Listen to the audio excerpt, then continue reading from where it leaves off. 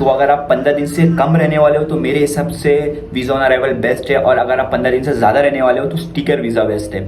तो मैंने सारे डॉक्यूमेंट्स बताया वो, और ये 2 फॉर्म आप वीज़ा ऑन अराइवल पे जाके दीजिए, 2000 बाद दीजिए, तो आपको वीज़ा ऑन अराइवल 2 मिनट के अंदर मिल जाएगा। Hello everyone, welcome back to the channel. My name is Anas Khan and you are watching travel with AK. तो आपका स्वागत है एक नई वीडियो में। इस वक्त हूँ मैं बैंकॉक में, हो गया मुझे अराउंड 1 हफ्ता बैंकॉक में। तो सोचा आज मैं आप लोगों को वीज़ा का प्रोसेस और वीज़ा के बारे में बता दूँ। तो बेसिकली आपको अगर थाईलैंड आना है तो आपको 3 टाइप का वीज़ा मिल जाएगा। एक तो सबसे ईजी जो सबको मालूम है, वीज़ा ऑन अराइवल, और दूसरा है स्टिकर वीज़ा, और आप ई वीज़ा भी ले सकते हो।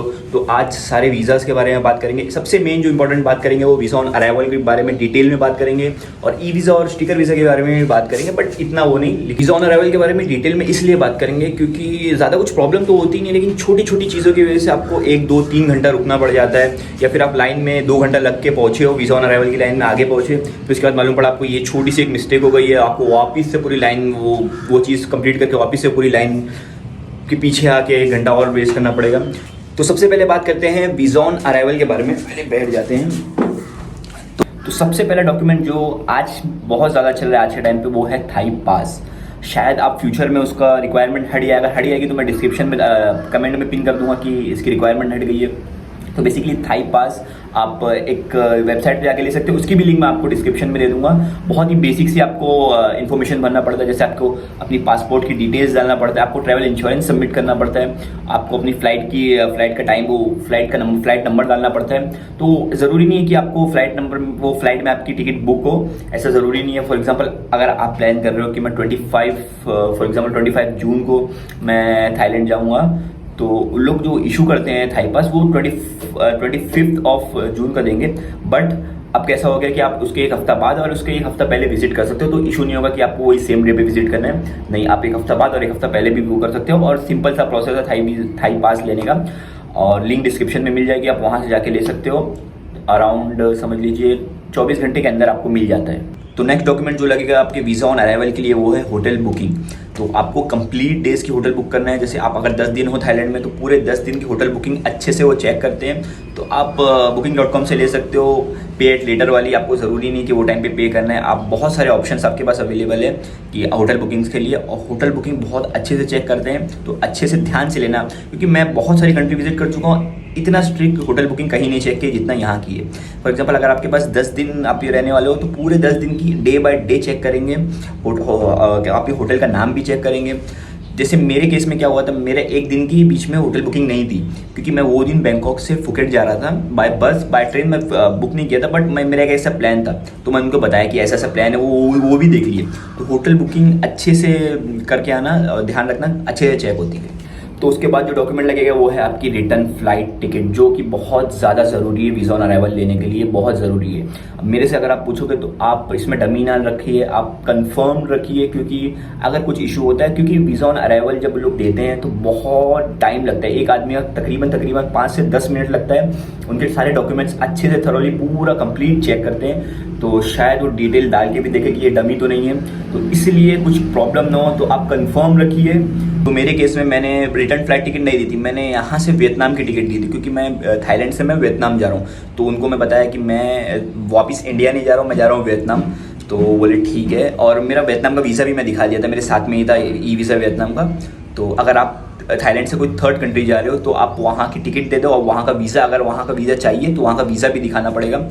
तो चौथा जो डॉक्यूमेंट है वो आपको थाई इमिग्रेशन वाले नहीं मांगेंगे, वो आपको बोर्डिंग के टाइम, इंडिया में बोर्डिंग के टाइम लोग मांगेंगे, वो है आपका ट्रैवल इंश्योरेंस। अभी के टाइम पे आपको कहीं भी दुनिया में ट्रैवल करना है तो ट्रैवल इंश्योरेंस मस्ट हो गया है, लेकिन थाईलैंड के लिए बहुत ज़रूरी है, मैंडेटरी है। आपको उसके बिना बोर्डिंग में बहुत प्रॉब्लम होगी, या फिर बोर्डिंग आपको करने भी ना दे, ऐसा हो सकता है। तो ट्रैवल इंश्योरेंस बहुत ज़रूरी है, और ले लीजिए, बहुत फ़ायदे ही है, उसका कोई नुकसान नहीं, और ज़्यादा महंगा नहीं, आपको 400-500 में मिल जाएगा। मेरे केस में मैंने पूरे साल का ट्रैवल इंश्योरेंस लिया है, जो कि अराउंड मुझे मिला है 2500 रुपये का पूरे साल का। तो एक काफ़ी अच्छी डील थी। अगर आप ज़्यादा ट्रिप करने वाले हो 1 साल में तो ये प्रिफरेबल बहुत अच्छा रहता है। 1 साल का पूरा ले लीजिए, टेंशन ही नहीं है, क्योंकि आप हर ट्रिप का अलग अलग लोगे तो आपको 500-700 करेगा पड़ेगा। तो आप अगर 1 साल में अगर 5-7 ट्रिप कर लिए तो वो भी कंप्लीट सेम प्राइस का मिल जाएगा। तो उसके बाद जो चीज़ लगेगी वो आपके फ़ोटोज़ बहुत ज़रूरी है। अगर आप फ़ोटो कैरी नहीं करोगे तो आपको बैंकॉक एयरपोर्ट पे या फिर कहीं भी थाईलैंड में आपको खिंचवाना पड़ेगा, जो कि बहुत महंगे है। 400-500 इंडियन 500 रुपये लग जाएगा ज़बरदस्ती का। आप एक ही फ़ोटो लगता है, अराउंड उसके डायमेंशन से 4x6 सेंटीमीटर का है। तो वो फ़ोटो ज़रूर आपके साथ लाना, क्योंकि यहाँ आओगे तो ज़बरदस्ती आपको लाइन में खड़ा भी रहना पड़ेगा, आपको फिर एक्स्ट्रा टाइम जाएगा और महंगा भी है। तो एक फ़ोटो के लिए आप 500 देना, it's not a good deal. तो फ़ोटो साथ में लाइए अगर आपको वीज़ा ऑन अराइवल चाहिए तो उसके बाद जो आपको चीज़ लगेगी वीज़ा ऑन अराइवल के लिए वो कैश। वीज़ा ऑन अराइवल के लिए आपको इंडिया में बोर्डिंग के टाइम ही पूछ लेंगे कि आपके पास कितना कैश कैरी कर रहे हो आप। तो ज़रूरी नहीं है कि आपके पास थाई बात ही हो, आपके पास अगर US डॉलर है तो भी चलेगा, क्योंकि मैंने पर्सनली US डॉलर ही रखा था, मेरे पास कोई थाई बात नहीं था। तो अगर आप अकेले ट्रैवल कर रहे हो तो एटलीस्ट आपके पास 10,000 थाई बात हो, और अगर आप फैमिली के साथ ट्रैवल कर रहे हो तो एटलीस्ट आपके पास 20,000 थाई बात होना बहुत ज़रूरी है। और 2,000 Thai baht visa on arrival की फ़ीस अलग से होना चाहिए। तो आप 10,000 थाई बात US डॉलर में भी ले सकते हो, बट जो वीज़ा ऑन अराइवल की फ़ीस है 2,000 बात, वो आपको थाई बात में ही देना है, वो डॉलर में नहीं चलेगी। तो वीज़ा ऑन अराइवल की ऑफिस से जस्ट पहले ही करेंसी एक्सचेंज भी, तो आपके पास थाई बात नहीं है तो आप वहाँ एक्सचेंज भी करा सकते हो। तो मैंने वही करा था, मेरे पास एक भी थाई बात नहीं थे। तो ये सारे डॉक्यूमेंट्स लगेंगे आपको वीज़ा ऑन अराइवल लेने के लिए, बट उससे पहले आपको एक इमिग्रेशन फॉर्म फिल करना पड़ेगा, जो कि आपको फ्लाइट में मिलेगा। लैंड होने से पहले ही आपको मिल जाएगा। सादा सा फॉर्म रहता है, आपको पासपोर्ट डिटेल और फ्लाइट नंबर ये सब डालना होता है। और उसके बाद एक वीज़ा फॉर्म जो कि आपको इमिग्रेशन के पास मिलेगा, वो 2 फॉर्म आपको फिल करके देना, जो कि एकदम सादा छोटा सा है, 2 मिनट के अंदर आप फिल कर लोगे। तो जो मैंने सारे डॉक्यूमेंट्स बताया वो और ये 2 फॉर्म आप वीज़ा ऑन अराइवल पे जाके दीजिए, 2,000 बात दीजिए, तो आपको वीज़ा ऑन अराइवल 2 मिनट के अंदर मिल जाएगा। तो ये थे सारे वीज़ा ऑन अराइवल्स के डॉक्यूमेंट।